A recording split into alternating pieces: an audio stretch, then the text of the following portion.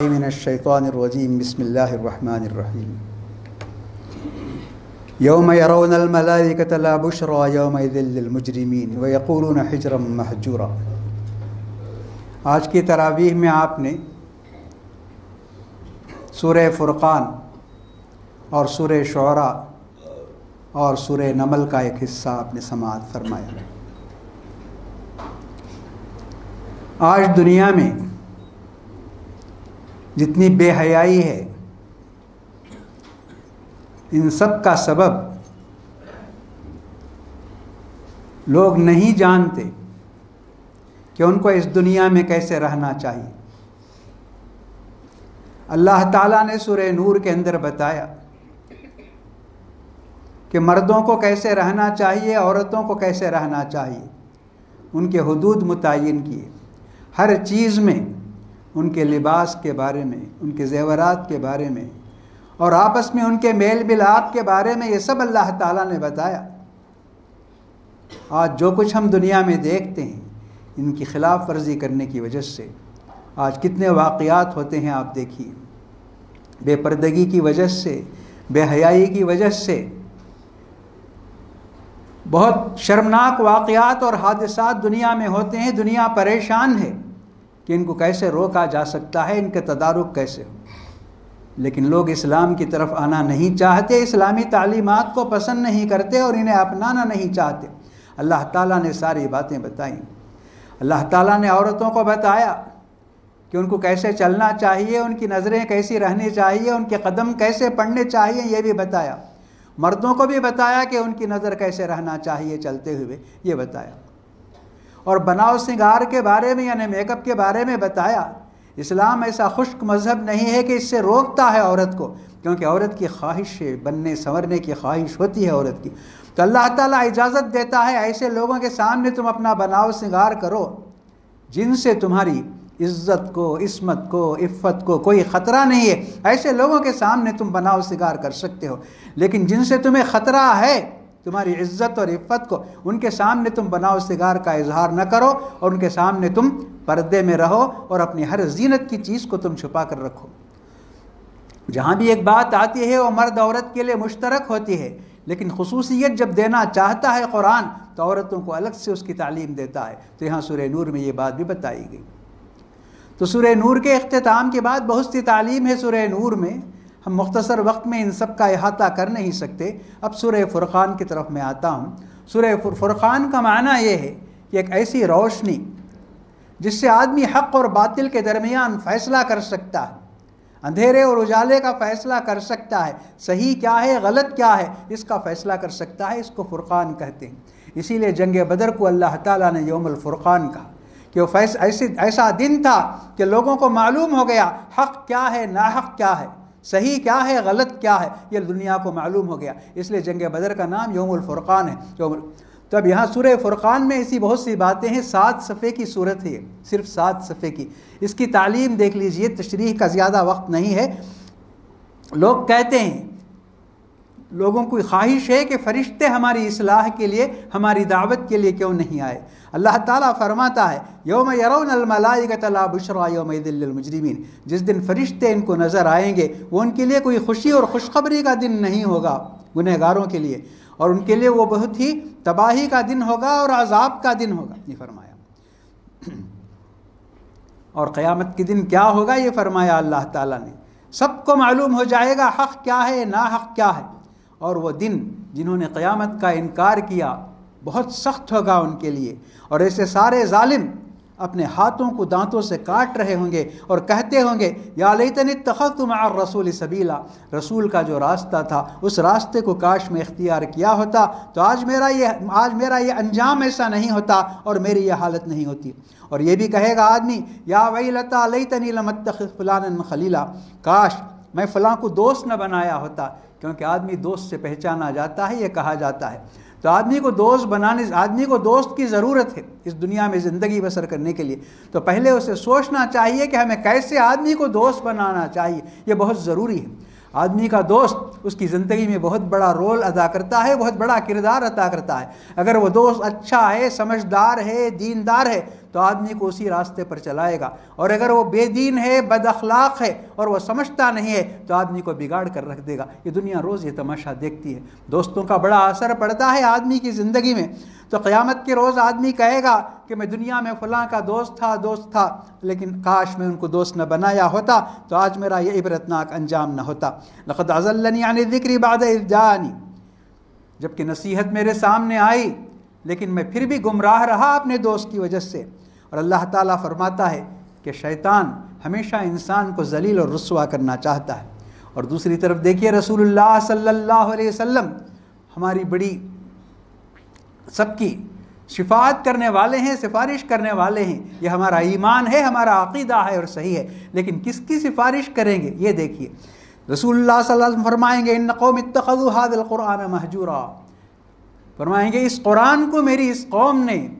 نظر انداز کر دیا تھا، اس کی تعلیم کو انہوں نے اختیار نہیں کیا۔ یہ پیارے رسول صلی اللہ علیہ وسلم فرمائیں گے، آپ دیکھ لیجئے۔ تو سفارش کس کی ہوگی؟ شفاعت کس کی ہوگی؟ جو لوگ اس قرآن کی تعلیم کے مطابق زندگی بسر کریں گے ان کے لیے شفاعت ہوگی آپ کی، اور جو لوگ اس قرآن کی تعلیم کو نظر انداز کر دیں گے، پیٹھ کے پیچھے پھینک دیں گے، تو ایسے لوگوں کی سفارش ہرگز نہیں ہوگی بلکہ ان کی شکایت کریں گے اللہ کے رسول صلی اللہ علیہ وسلم۔ ان قوم اتخذوا هذا القرآن مہجورا، یہ میری ہی قوم ہے جس نے اس قرآن کو پس پش ڈال دیا تھا۔ بہت سی باتوں کے بعد اللہ تعالیٰ فرماتا ہے کہ یہ لوگ مکے کے مشرک اور مکے کے کافر جب آپ کو دیکھتے ہیں تو آپ کو مذاق کا موضوع بنا لیتے ہیں، بہت آپ کو چھیڑتے ہیں، آپ سے دل لگی کرتے ہیں اور آپ کو مذاق کا موضوع بناتے ہیں، اور کہتے ہیں آپس میں احاذ الذی بعث اللہ رسولا، کیا یہ وہی ہے جسے اللہ تعالیٰ نے پیغمبر بنا کر بھیجا؟ پھر کہتے ہیں کہ ہم بچ گئے ورنہ یہ ہمیں ہمارے بتوں سے بھٹکا دیتا ہے۔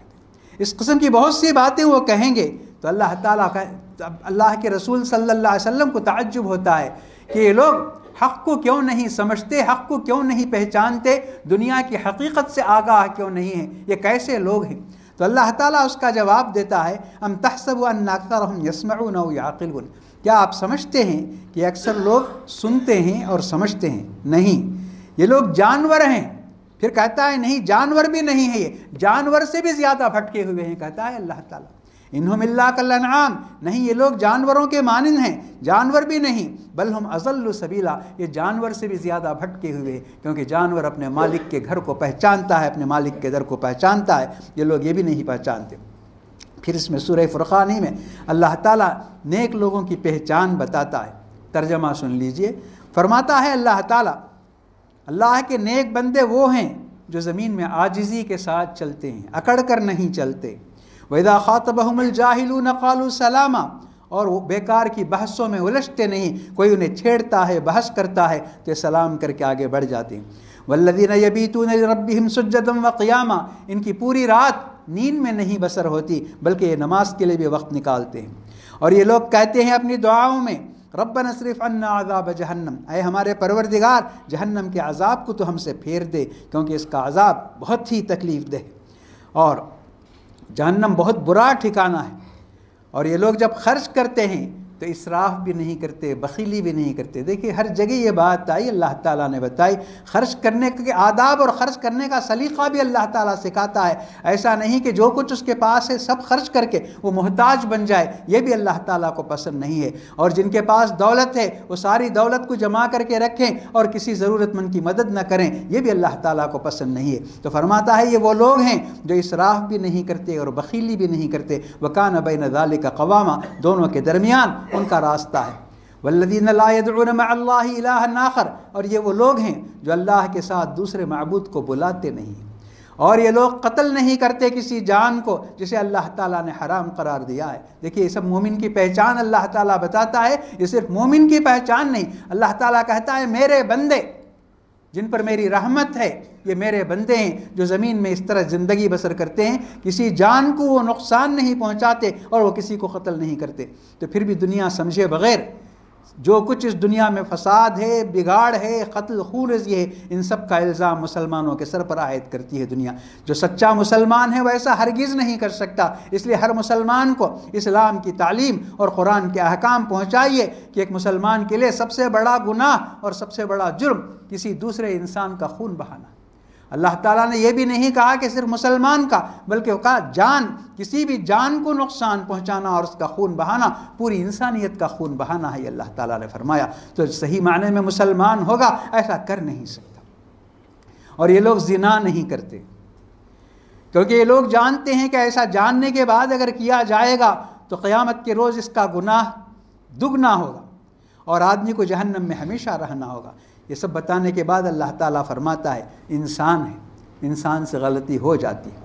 کیونکہ دوسری حدیث میں اللہ کے رسول صلی اللہ علیہ وسلم نے فرمایا کلو بنی آدم خطاء، فرمایا آدم کے سارے بچے گنہگار ہیں، لیکن بہترین گنہگار وہ ہیں جو زیادہ سے زیادہ توبہ کرتے ہیں۔ یعنی گنہگار اور بہترین گنہگار وہ ہے جو توبہ کرتا ہے، کیونکہ گناہ انسان کی فطرت میں داخل ہے۔ تو آدمی جب گناہ کرتا ہے تو اس سے خوش نہیں ہونا چاہیے اور اس پر اصرار نہیں کرنا چاہیے، غلطی ہوتی ہے تو اس پر رونا چاہیے، گڑ گڑانا چاہیے اور اللہ تعالیٰ سے توبہ اور استغفار کرنا چاہیے۔ تو اس لیے گنہگار آدمی اچھا قرار دیا، بہترین گنہگار کہا گیا۔ روایتوں میں آتا ہے کہ عمر رضی اللہ تعالیٰ عنہ کو ایک مرتبہ شیطان صبح کی نماز میں سلا دیا، دیر سے اٹھے وہ نماز کے بعد، اٹھنے کے بعد ان کو اتنی ندامت ہوئی، اتنی شرمندگی ہوئی کہ وہ بہت روئے، گڑ گڑائے، اتنی دعائیں انہوں نے کی اور اللہ تعالیٰ سے اتنی معذرت انہوں نے کی کہ ان کا ثواب بڑھ گیا۔ یہ دیکھ کر شیطان اس کے بعد دوسرے دن سے ان کو صبح کی نماز میں جگانا شروع کر دیا، کیونکہ شیطان یہ چاہتا ہے کہ انسان کو اس کا ثواب نہ ملے، لیکن جب اس نے دیکھا کہ نماز سے سلا دینے کی وجہ سے عمر رضی اللہ تعالیٰ عنہ نے اتنا کام کیا اور اتنی معذرت کی کہ اللہ تعالیٰ ان سے خوش ہو گیا، تو اس لیے اس کا موقع نہ ملے شیطان نے ایسا کیا۔ تو مومن کی پہچان اللہ تعالیٰ نے یہی بتائی ہے، ایک بار خطا ہوتی ہے اگر 100 بار ندامت ہوتی ہے۔ تو اللہ تعالیٰ فرماتا ہے کہ یہ غلطیاں نہیں کرنا چاہیے مومن کو، لیکن اگر غلطی وہ کرتا ہے تو جو توبہ کا موقع ہے اسے، جو توبہ کرتا ہے اور ایمان لاتا ہے اثر نو اور اچھے کام کرتا ہے، تو یہ وہ لوگ ہیں اللہ تعالیٰ ان کی برائیوں کو نیکیوں سے بدل دیتا ہے۔ کتنا مہربان ہے دیکھیے ہمارا رب۔ اتنے مہربان رب کو رکھ کر اگر ہم مایوسی کی بات کرتے ہیں، مایوسی کا اظہار کرتے ہیں اور اس کے دربار کی طرف لوٹ کر نہیں آتے اور نیک اور پاکیزہ نہیں بنتے ہیں، تو یہ ہماری غفلت کی حد ہے۔ دیکھیے پیارے رسول صلی اللہ علیہ وسلم نے کوئی غلطی نہیں کی، اگر کبھی کچھ ہوا بھی سمجھیے ہوا تو نہیں، لیکن اللہ تعالیٰ نے اعلان کیا سورہ فتح کے اندر یغفر لک اللہ ما تقدم من ذنبک وما تأخر، کہ اگر آپ کی کوئی چھوٹی بڑی غلطی ہوئی ہے یا آئندہ ہوگی تو اللہ تعالیٰ اسے بھی معاف کر دیا۔ یہ آپ ایسا اعلان کسی کو مل جائے، ایسی بشارت کسی کو مل جائے تو وہ خوش ہو جائے گا اور جو دی چاہتا ہے اس کا وہ کرے گا، لیکن پیارے رسول صلی اللہ اور عبادت میں غافل بھی ہو جائے گا کیونکہ سب بخش دیا گیا ہے وہ۔ لیکن رسول اللہ صلی اللہ علیہ وسلم کو صحابہ نے دیکھا کہ اس اعلان کے بعد، اس بشارت کے بعد آپ کی نیکیوں میں، آپ کی دعاؤں میں اور آپ کی عبادتوں میں بہت اضافہ ہو گیا، بہت زیادہ۔ صحابہ حیران ہو کر پوچھتے ہیں کہ اللہ تعالیٰ نے آپ کی ساری غلطیوں کو معاف کر دیا جو ماضی میں ہیں اور جو مستقبل میں ہوں گی، پھر آپ کیوں اس قدر عبادت کرتے ہیں؟ تو آپ نے جواب دیا افلا اکون عبدا شکورا، فرمایا جب اللہ تعالیٰ نے مجھ پر اتنا کرم فرمایا ہے، اتنا رحم کیا اور اتنا بڑا انعام دیا، تو کیا میں اس کا شکر گزار نہ بنوں؟ یہ سب جو کر رہا ہوں میں شکریہ کے طور پر کر رہا ہوں۔ تو ہمارا رب اتنا مہربان ہے تو ہمیں اس سے ڈرتے رہنا چاہیے اور اس کے شکر گزار بن کر ہمیں زیادہ سے زیادہ عبادت کرنا چاہیے۔ پھر فرمایا اللہ تعالیٰ نے والذین لا یشہدون الزور، یہ وہ بندے ہیں رحمان کے جو جھوٹی گواہی نہیں دیتے اور کوئی بھی غلط کام، غلط کھیل دیکھتے ہیں تو اس سے شرافت کے ساتھ گزر جاتے ہیں، اور جب انہیں نصیحت کی جاتی ہے اور رب کی کوئی نشانی ان کو سنائی جاتی ہے تو اسے سوچ سمجھ کر اسے قبول کرتے ہیں، اور ان کی زبان پر یہ دعائیں ہوتی ہیں ربنا حب لنا من ازواجنا، پاک پروردگار تو عطا کر ہماری جوڑیوں سے اور ہماری اولاد سے ایسی اولاد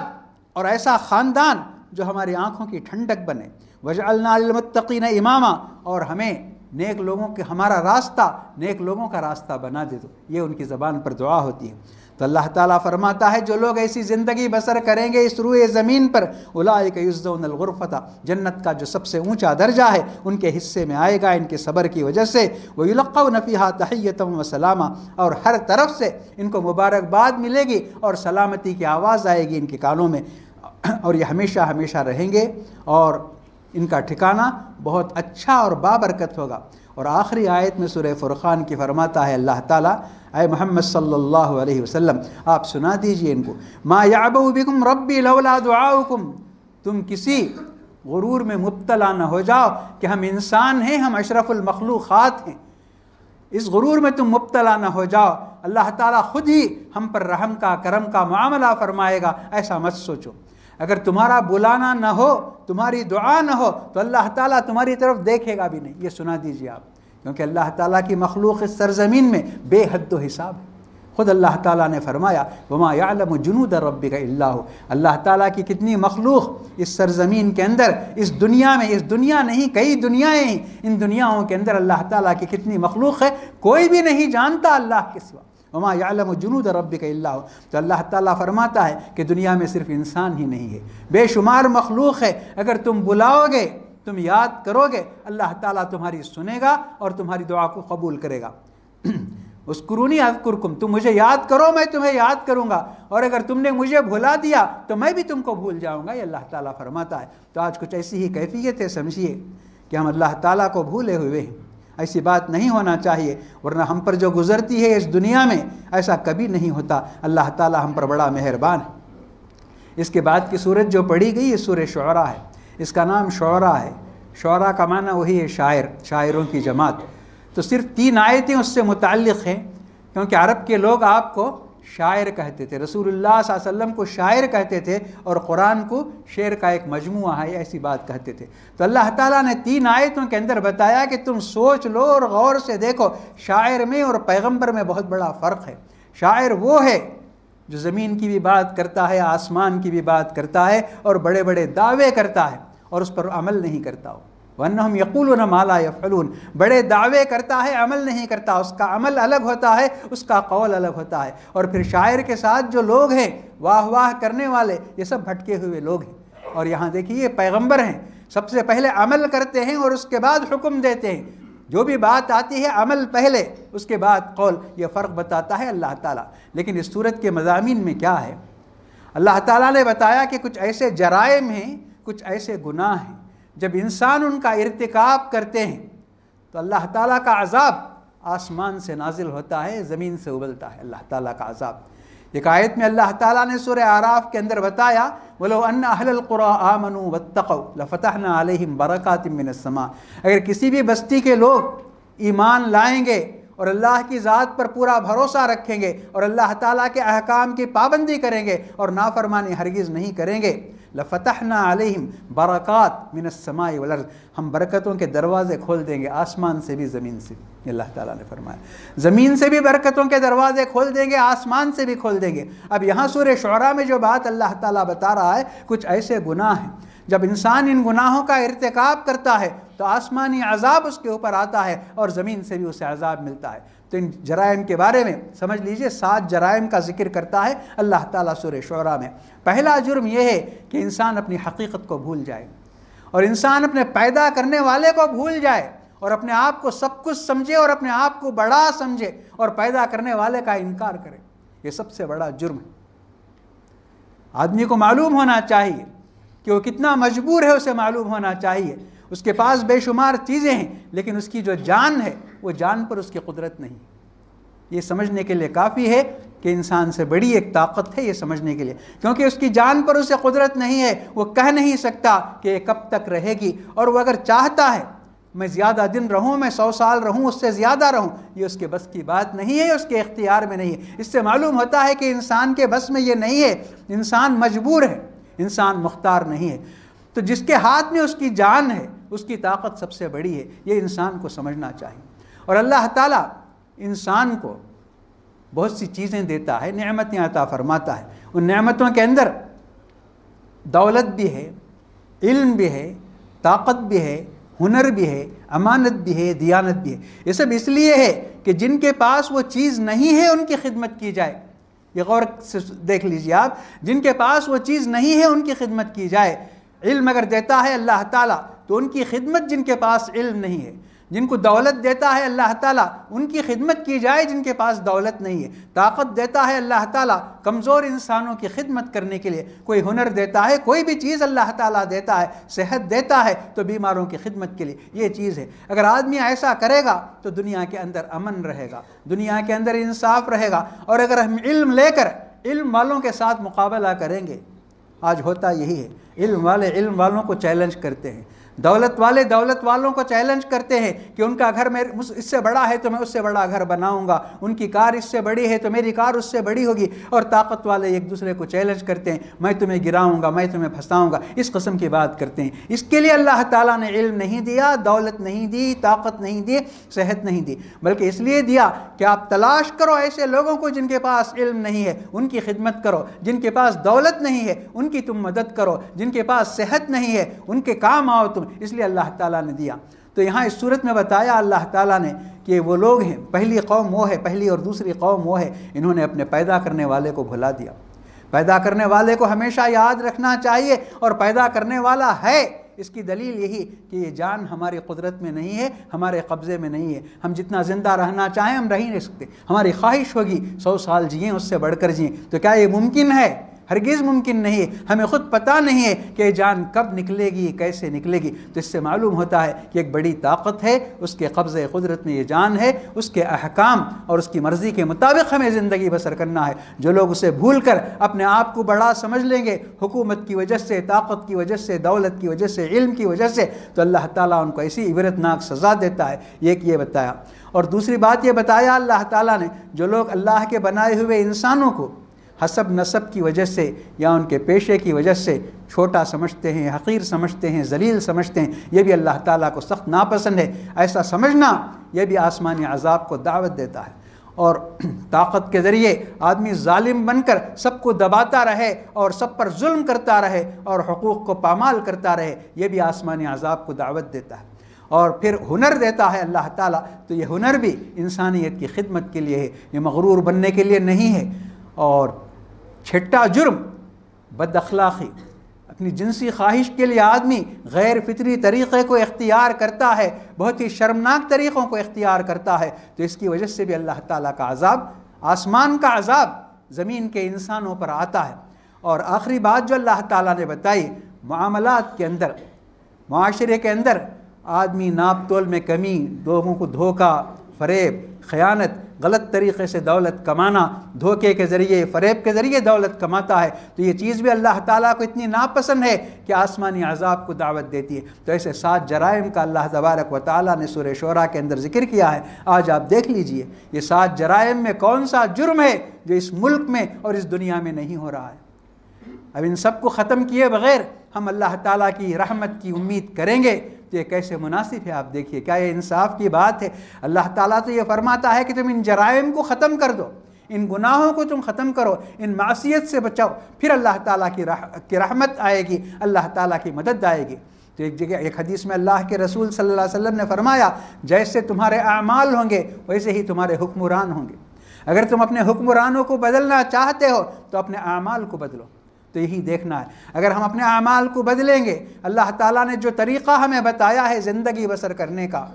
وہ طریقہ ہم اختیار کریں گے تو خود بخود ہمارے مسائل اور پریشانیوں کا خاتمہ ہو جائے گا۔ یوں سمجھ لیجئے دعا کے بغیر بھی مسئلہ حل ہو سکتا ہے اگر ہم اس پاکیزہ زندگی کو قبول کریں گے، جیسا اللہ تعالیٰ نے بتایا اس راہ پر ہم لگ جائیں گے، اور اس کے بندے بن کر جو عباد الرحمن اس نے کہا کہ میرے بندے ہیں۔ عباد الرحمن یہ بہت بڑا خطاب ہے، بہت بڑا ٹائٹل ہے۔ اللہ تعالیٰ بہت مان کے ساتھ، فخر کے ساتھ کہتا ہے کہ رحمان کے بندے یہ ہیں، ان کی یہ صفات ہیں، ایسا جو کریں گے انہی کے ساتھ رحمان کی مدد ہے اور رحمان کی رحمت ہے، اور رحمان ان کے کاموں میں برکت عطا فرماتا ہے۔ اگر اس راستے کو چھوڑ کر آدمی چلے گا تو پھر اللہ تعالیٰ کا غضب بھی نازل ہوگا اس پر، وہ اللہ تعالیٰ کی مدد کا مستحق نہیں ہوگا۔ اس کے بعد سورہ نمل کی بھی پڑھی گئی لیکن وہ سورت ختم نہیں ہوئی، آئندہ انشاءاللہ اس کے بارے میں بتایا جائے گا۔ اللہ تبارک و تعالیٰ سے دعا ہے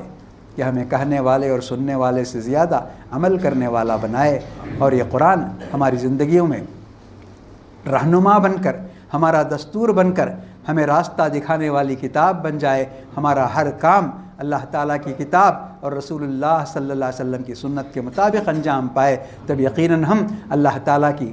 رحمت اور اللہ تعالیٰ کی طرف سے عزت کے مستحق ہوں گے، اور دنیا کی دوسری قومیں ہمیں ذلیل نہیں کر سکتی، ہمیں پریشان نہیں کر سکتی، ہمیں ستا نہیں سکتی۔ اللہ تعالیٰ ہم سب کو نیک اور پاک بنائے، ہمیں زیادہ سے زیادہ نیکیوں کی توفیق عطا فرمائے، بری راہ سے، برے راستوں سے ہمیں اللہ تعالیٰ بچائے، اور ہماری ہر نیکی کو اللہ تعالیٰ شرف قبول عطا فرمائے، ہماری نمازوں کو، روزوں کو، اور ہماری تلاوت کو، ہماری خیرات و صدقات کو اللہ تعالیٰ قبول فرمائے، ہماری پریشانیوں اور مصیبتوں کا خاتمہ فرمائے، اور ہماری ہر جائز ضرورت کی تکمیل کا سامان اللہ تعالیٰ فراہم فرمائے، ہمارے بیماروں کو صحت و عافیت عطا فرمائے، اور ہمارے مرحومین کی مغفرت اور انہیں جنت الفردوس عطا فرمائے، زمین کی ہر آفت اور آسمان کی ہر مصیبت سے اللہ تعالی ہم سب کو محفوظ رکھے۔ ربنا تقبل منا انک انت السمیع العلیم وتب علینا انک انت التواب الرحیم، وصلی اللہ تعالی وسلم علی خیر خلقہ سیدنا محمد وعلی آلہ واصحابہ اجمعین برحمتک یا ارحم الراحمین والحمد للہ رب العالمین۔